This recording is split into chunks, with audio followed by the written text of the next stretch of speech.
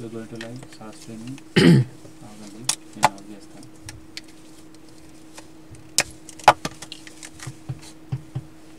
Hi students. Okay, in today's discussion we are going to see atomic structure and quantum numbers. Okay, before we move further on quantum numbers, let's recall on the concepts what we know about the atomic structure. So we know that we have a nucleus which is surrounded by electrons, right? Now nucleus is composed of neutrons and protons. Here you have your electrons. So neutrons are neutral charged, protons are positive charged, and electrons are negatively charged. Okay, so what is the atomic number then? Atomic number is simply the number of protons that are present, right? The number of protons that are present in a given element, that gives you atomic number. Then what about the mass number? Mass number is simply the protons and neutrons together. Mass number gives you the number of protons and neutrons that are present. So electrons we are not including into the counting of the mass number, because the weight of the electron is around 1837 times of proton.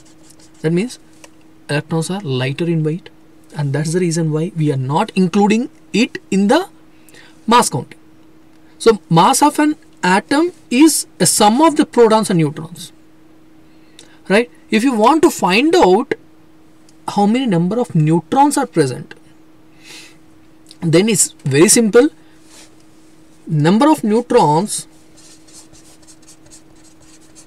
that are present in a given atom is nothing but mass number minus atomic number.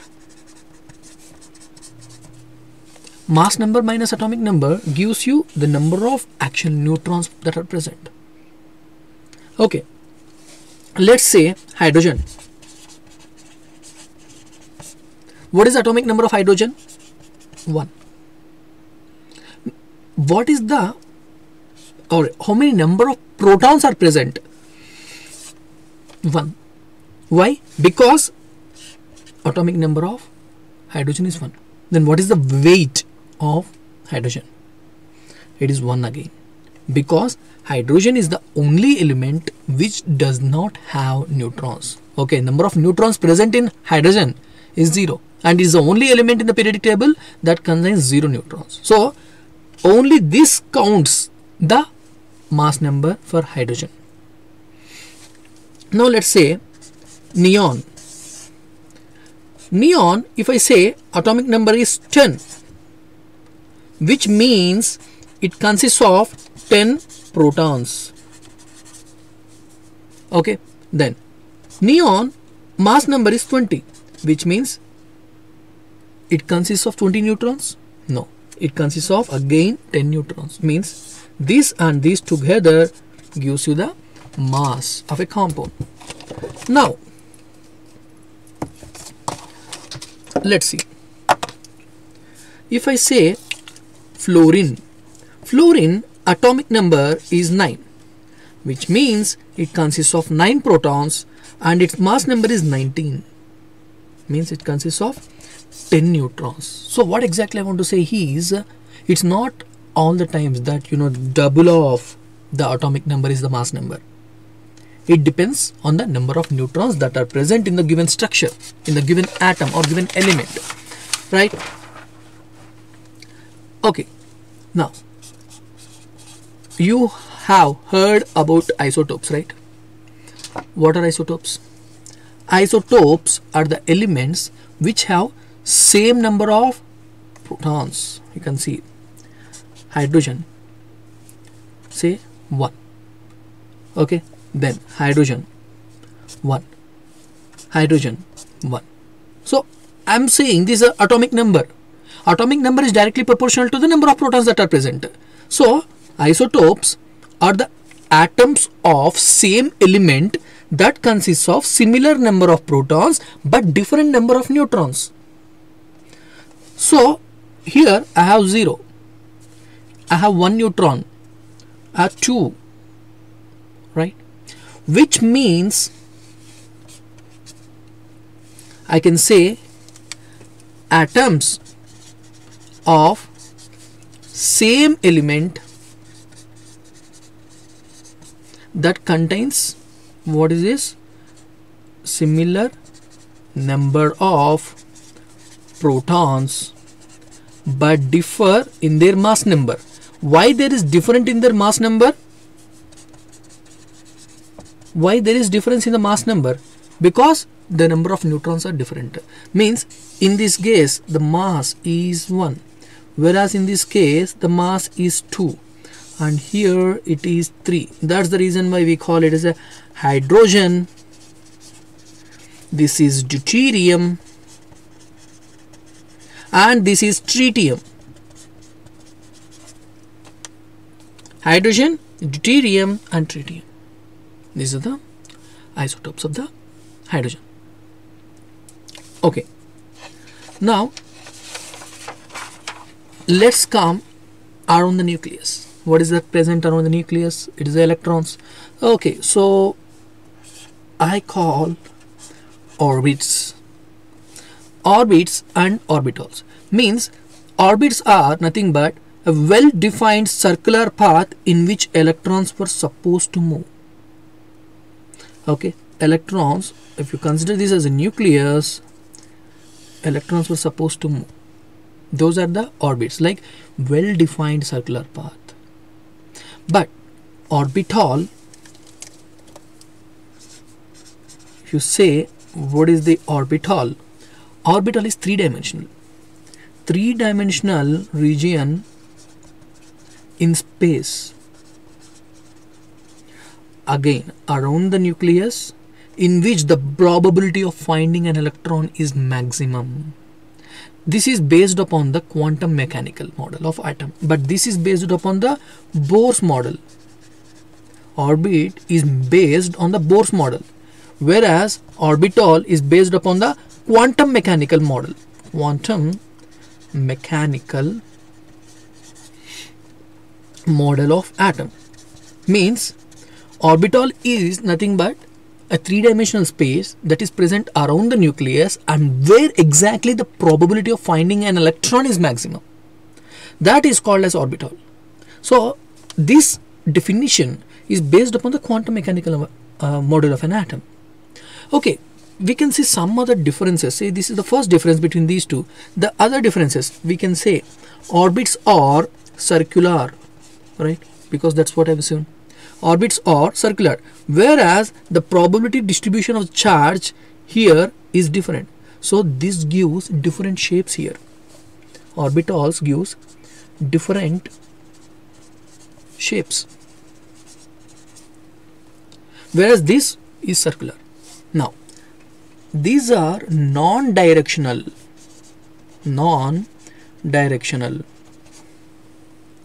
Here these are directional in nature, like except s orbital. Exception is s orbital. So this is exemption. Except s orbital, all other orbitals are directional. S orbitals are circular in shape, right? Now look at this. An orbit can accommodate a maximum of 2n square electrons. 2n square. What is n? N is number of orbit.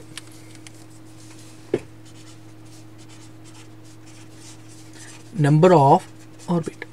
That means an orbit can accommodate this many number of electrons, where n is the number of orbit, whereas orbital can accommodate 2 electrons, a maximum of 2 electrons.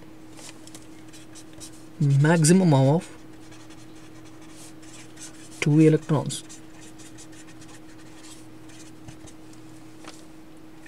Okay, so these are the basic differences between orbits and orbitals. So what we have seen, based upon the Bohr's model, the electrons that are revolving around the nucleus is an orbit, whereas here the three-dimensional space, which is based upon the quantum mechanical model of an atom, where the probability of finding an electron is maximum.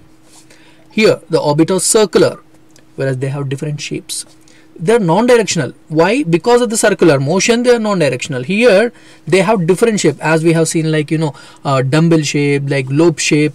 Here, except s orbital, because s orbitals are again circular, so these are non-directional again. And what are the number of electrons that it can accommodate? An orbit can accommodate 2n square electrons, where n here represents the number of orbits. Look at here. Maximum of 2 electrons only in an orbital. Now let's move to the topic of interest, that is quantum numbers. Quantum numbers. Okay, so you all know about the Schrödinger wave equation, right? Schrödinger wave equation provides 3 numbers. 3 numbers were provided by Schrödinger wave equation, right? What are these 3 numbers? Especially specific, they specify energy, size, shape, orientation. Okay, so of a large number of orbitals they usually give. Okay, now here these numbers, especially like size, shape, their orientation, these numbers are called as quantum numbers. This is based upon the Schrödinger wave equation. Schrödinger wave equation is giving you the 3 numbers, size, shape, orientation with the specific energy they give, and these numbers represent the quantum numbers. So quantum numbers are used to designate and distinguish. Okay, for distinguishing atomic orbitals.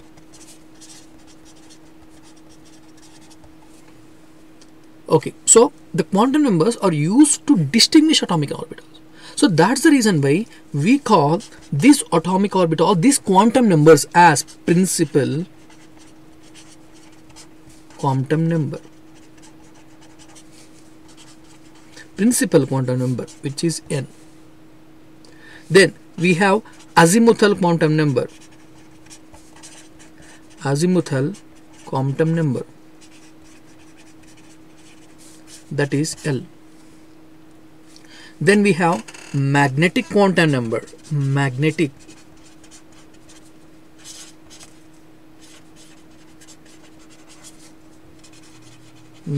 quantum number. Then we have spin quantum number.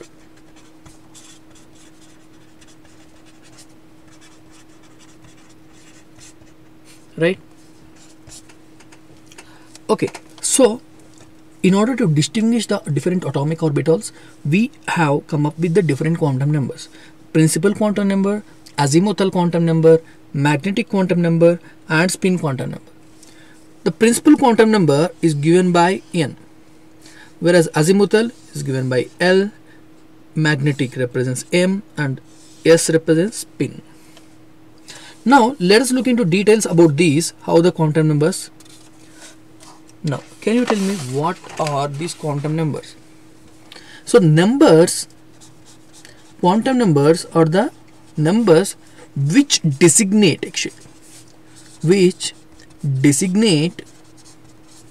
and distinguish various atomic orbitals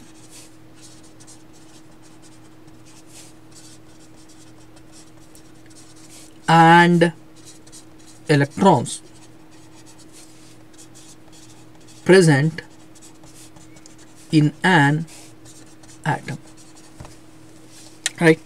So they designate and distinguish various atomic orbitals and electrons that are present in an atom.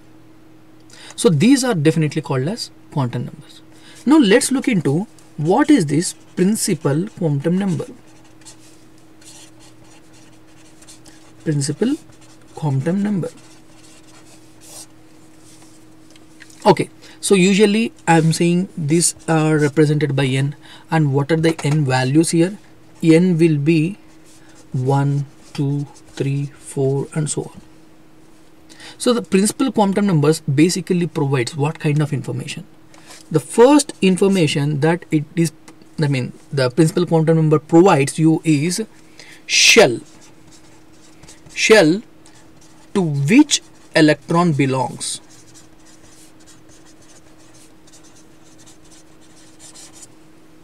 Shell to which electron belongs. That means spin quantum number determines the principal shell, where exactly the electron lies. For example, if I say the shell or n is 1, means it is the first shell. The first shell is denoted by k. Okay, let's put it down here. If n is 1, means this is the first shell. The first shell is the k shell. If n is 2, L, n is 3, m shell, then and so on. K, L, M and shells. Okay, so these are all used to designate the numbers 1, 2, 3, 4, 5. So these represent K, L, M, N, O, so on. Okay, apart from that, that means the first information from the principal quantum number, that is from n value, we are coming up to know shell to which electron belongs. What is the other informations that can be found out? The energy of the principal shell. The energy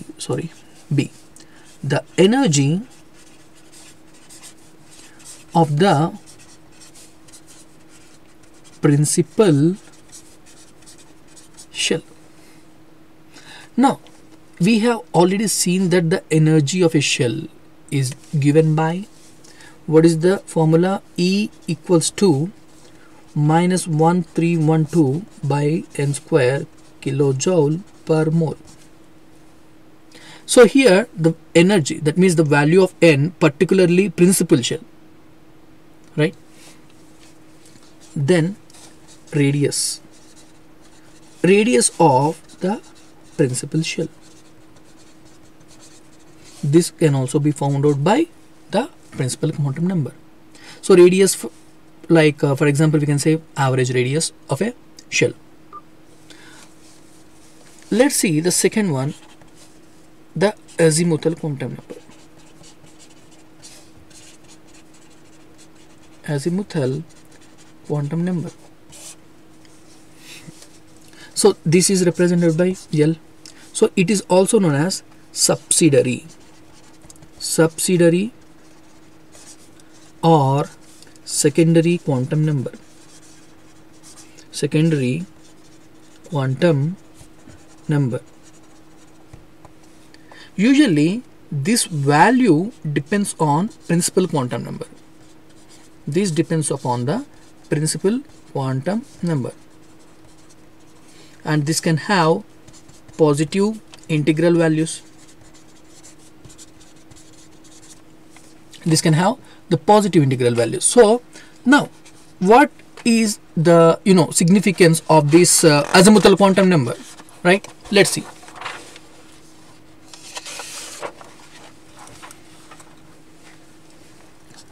The subshell, we have seen already the shell. The subshell, we can see the subshell, or in which the electron lies.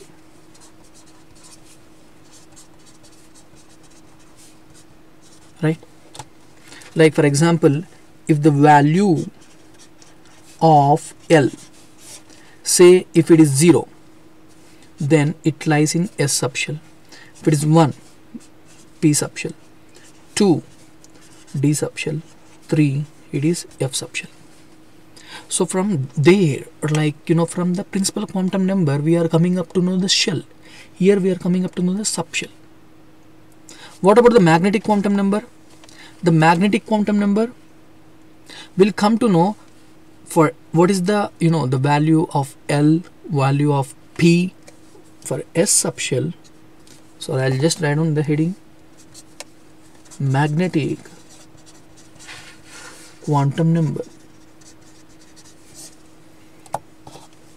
For S subshell, L equals to 0, right? Therefore, M is 0. Okay. In the same way, for P subshell, the P subshell L is 1, which means there are three permissible values like -1, 0, +1. In the same way, D subshell L is 2, which means here you have 0, 1, 2. And the last will be the spin quantum number. You have only two spins. Either it can the electron can rotate either to the clockwise or anti-clockwise. Means it can be either +12 or it can be -12. Right? So spin quantum number by S. Here you have M. So these are the different quantum numbers where exactly, how exactly you can able to locate the particular electron, right? You can locate the electron by looking into the quantum numbers. Okay, so for example, if you have given with the values of, say for example, N is 1, L is 0, so where exactly it is found out? Okay, say for example it is 1s. Say here, if you have S, P, D, F notations. Now if you say N is 1, L is 0, means how can you locate? This is 0 means S. Here it is K shell, means only 1 S. As you know, the magnetic quantum number and spin quantum number values are not given, you cannot able to find out the number of electrons, but S can be here 1 or 2 electrons, right? Now if I say if N is 2, L is 1, N is 2, L is 1, then it can be, this is P and this is 2P. So that means the outermost electron or the differentiating electron, where it is going, we can able to identify. In same way, for example, if I ask you N equal 4, L equals to 3, so what do you say? 4F, right? So this is how you can predict the electron based upon the quantum numbers. Now if I say 5D, what is the N value and L value? Here this is 2, L is 2, and this will be 5D, 5, N equals to 5, L equals to 2. Okay, so from this you can able to identify the quantum number also. Now if you have an atomic orbital where N value is 2, then what are the possible L and M values? Okay, what are L values, what are M values? For example, now if I say even N is 2, the possible values of L can be 0 and 1, whereas for M can be -1, 0, +1, right? Because this is 2. So when N is 2, L can be 0 or 1. Okay students, so this is all about the quantum numbers what we have seen now. So you need to practice more on the different examples, okay, based upon how or where exactly the electron can be located. And for example, if you see the 4D orbital or 3F orbital, based upon the energies Y or 3D, Y to 4F, right? So there are some exceptions also here. So you need to go through some examples and practice more, and you can definitely expect a question based upon the quantum numbers in the exam. So thank you for attending.